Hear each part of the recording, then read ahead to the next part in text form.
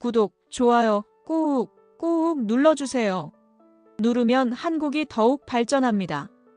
CNN 기자의 고백, 한국의 스마트 아파트는 상상 그 이상이었습니다. 시작하겠습니다. 기 도입 차가운 빗속을 떠도는 기자. 정말이지 전 지금도 그날의 감정을 또렷하게 기억합니다. 미국 워싱턴 DC의 겨울은 유난히 차가웠고 저의 마음은 그보다 훨씬 더 메마른 상태였어요. CNN 본사 건물의 유리벽을 통해 들어오는 햇살은 눈부셨지만 그 안에서 살아가는 저의 삶은 빛이 아닌 그림자에 더 가까웠습니다. 저는 CNN의 글로벌 테크 특파원으로 일하고 있는 루비 샌더스입니다. 10년 넘게 전 세계를 누비며 수많은 신기술과 혁신 사례를 취재해왔죠. 실리콘밸리의 AI 스타트업부터 캘리포니아의 자율주행, 택시, 스톡홀름의 스마트시티까지 첨단의 현장이라면 어디든 달려갔습니다. 기자로서의 자부심은 컸지만 동시에 어느 순간부터 저는 기술이라는 단어에서 따뜻함을 느끼지 못하게 되었어요. 기술이 삶을 바꾸고 있다는 사실엔 의심이 없었습니다. 하지만 어느 순간부터 그것이 사람을 고립시키고 거리를 만들고 있다는 생각이 들었습니다. 지하철 안 모두가 무표정으로 스마트폰을 바라보는 모습. AI 비서가 대신 응답하는 텅 빈 사무실. 자동화된 카페에서 아무런 대화도 없이 커피를 받아가는 사람들. 이 모든 것이 효율적이고 스마트해 보일지 몰라도 저에게는 사람이 사라진 세상처럼 느껴졌어요. 바로 그때였습니다. 본사에서는 저에게 스마트 아파트 기술의 진실이라는 기획 보도를 맡기게 됩니다. 미국에선 지금 이 기술이 논란의 중심에 있었거든요. 지나친 감시, 개인정보 침해, 인간관계의 단절. 한편에서는 미래 주거의 혁신이라 칭송되었지만 다른 한편에서는 디스토피아의 전조라며 비난이 거셌습니다. 그리고 그런 기술의 시작점이라 불리는 나라가 있었죠. 대한민국. 루비, 이건 그냥 기술 소개가 아니야. 진짜 인간적인 이야기, 너답게 풀 수 있을 거야. 편집장이 제게 그렇게 말했지만 솔직히 그때 저는 한국에 대해 별다른 기대가 없었습니다. 몇 번 출장으로 방문한 적은 있었지만 늘 바쁜 일정과 익숙하지 않은 언어 속에서 깊이 있는 인상을 받진 못했어요. 오히려 그 작은 나라가 뭘 그렇게 대단하게 했다고? 라는 선입견이 더 컸던 것 같습니다. 하지만 제 안에 아주 작고 조용한 의문 하나가 고개를 들었어요.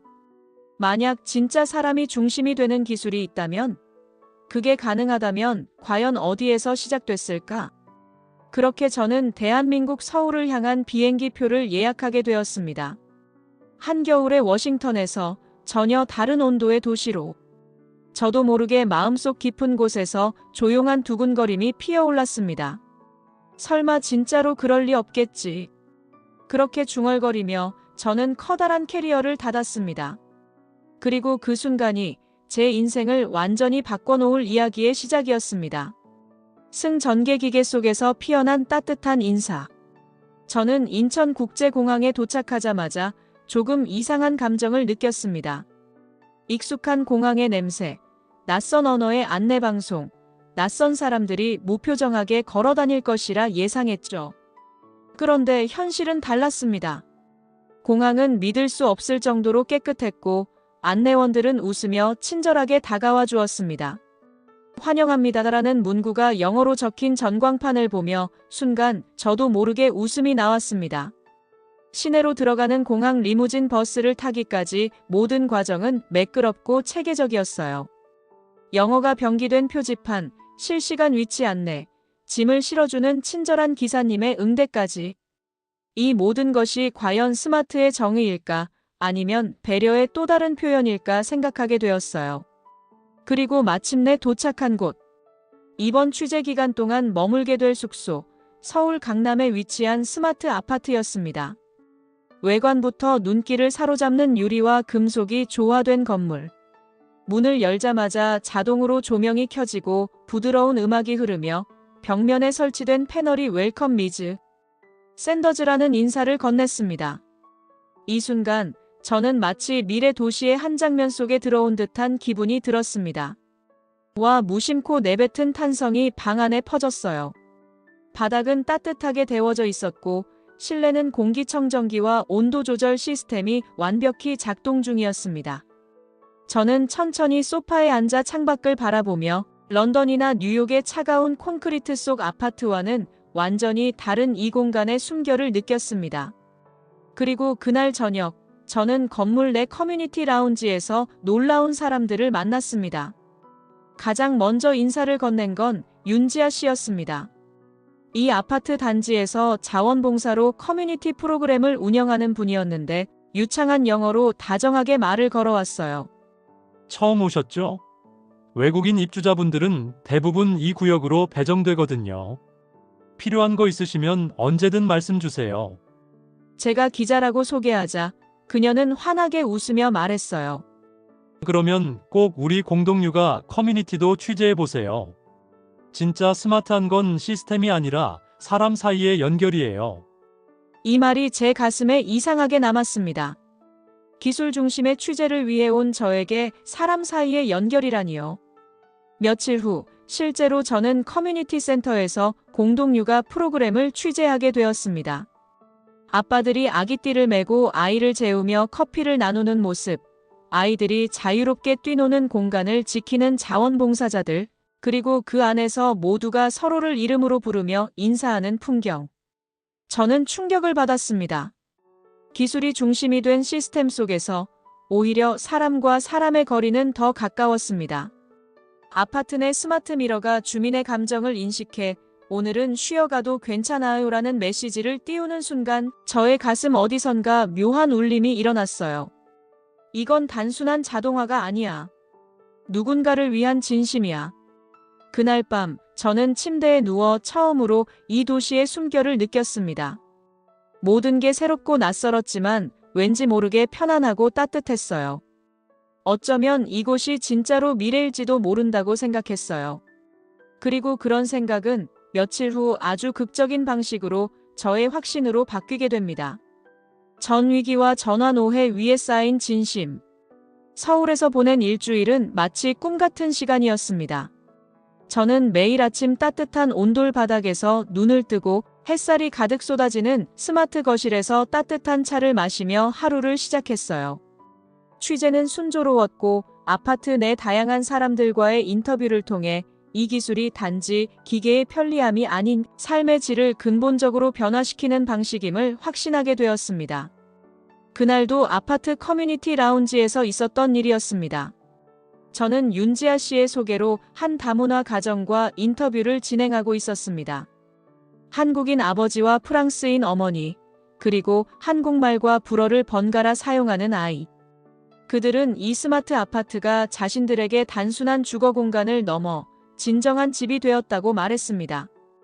여기서는 이웃과 자주 인사하고 도움도 주고받아요. 아이가 울면 윗집에서 내려와 무슨 일 있냐고 물어봐 주는 곳이에요. 그 이야기에 저도 모르게 눈시울이 붉어졌습니다. 그런데 바로 그날 밤 뉴욕 본사로부터 긴급 메일이 도착했습니다. 서브젝트 URGENT 기사 방향 전면 수정 요청. 루비, 편집회의 결과 한국 스마트 아파트에 대한 긍정적 보도는 취소됩니다. 이 기술이 미국 내 민간 감시 논란과 엮여 있어 본사는 우려 중심의 시각으로 보도 방향을 변경하고자 합니다. 가능하면 서울 취재는 조기 종료 바랍니다. 데이빗 커터, 부국장. 순간 손끝이 저려왔습니다. 제가 열흘 넘게 보고 듣고 느낀 진실은 무엇이었죠? 단지 정치적 여론이나 광고주를 의식한 결정으로 이렇게 뒤바뀔 수 있는 거였나요? 저에게 한국은, 이 아파트는 단지 기술적 혁신의 현장이 아니었습니다. 그것은 사람과 사람 사이의 온기를 지켜내기 위한 아주 섬세한 설계였습니다. 하지만 기자로서의 사명도 포기할 수 없었습니다. 저는 며칠을 고민하며 밤을 지새웠습니다. 뉴스를 정직하게 전달해야 한다는 책임감과 제가 직접 체험한 사실이 부정당하는 절망감 사이에서 마음이 찢어지는 듯 했어요. 그러던 중 또 하나의 사건이 터졌습니다. 아파트의 스마트 전력 제어 시스템에 일시적 오류가 생겼고 몇몇 가정의 전등이 갑자기 꺼지는 일이 발생했습니다.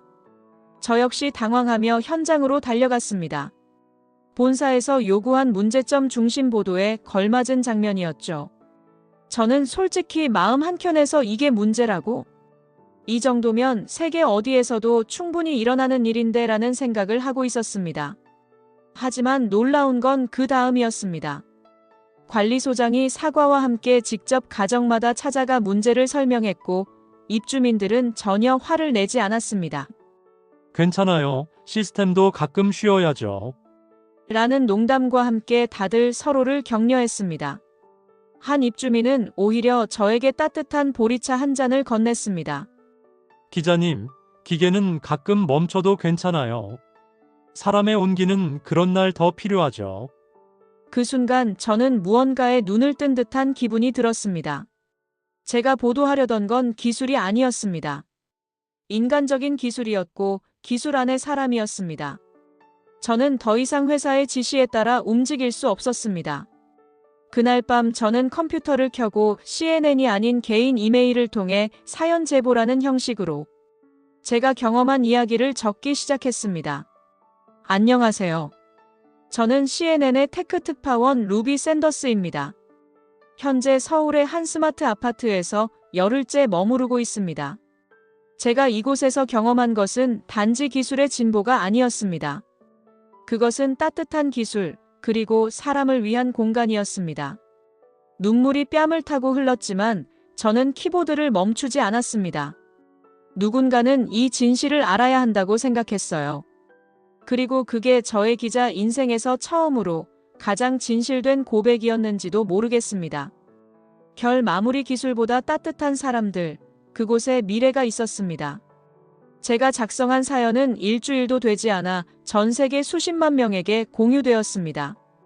처음에는 단 몇 명만 읽어주길 바랐던 고백이었어요. 그런데 미국, 유럽, 동남아시아, 중동까지 수많은 사람들이 이메일과 메시지를 보내주었습니다. 당신이 경험한 그 아파트, 나도 꼭 한번 살아보고 싶어요. 기술은 무섭기만 한 줄 알았는데 당신의 글을 보고 생각이 바뀌었어요. 우리 도시에 저런 시스템이 있다면 얼마나 좋을까요? 그중 한 통의 메일은 저를 울렸습니다. 시애틀에 사는 한 독거노인이 보낸 메시지였습니다. 루비 기자님, 저는 외로움에 익숙해져 있다고 생각했습니다.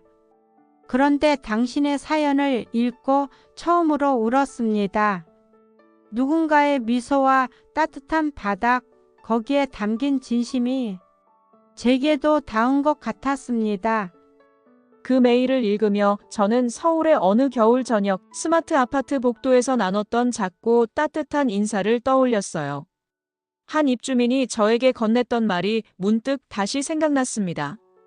기술은 사람을 위한 것이어야 해요.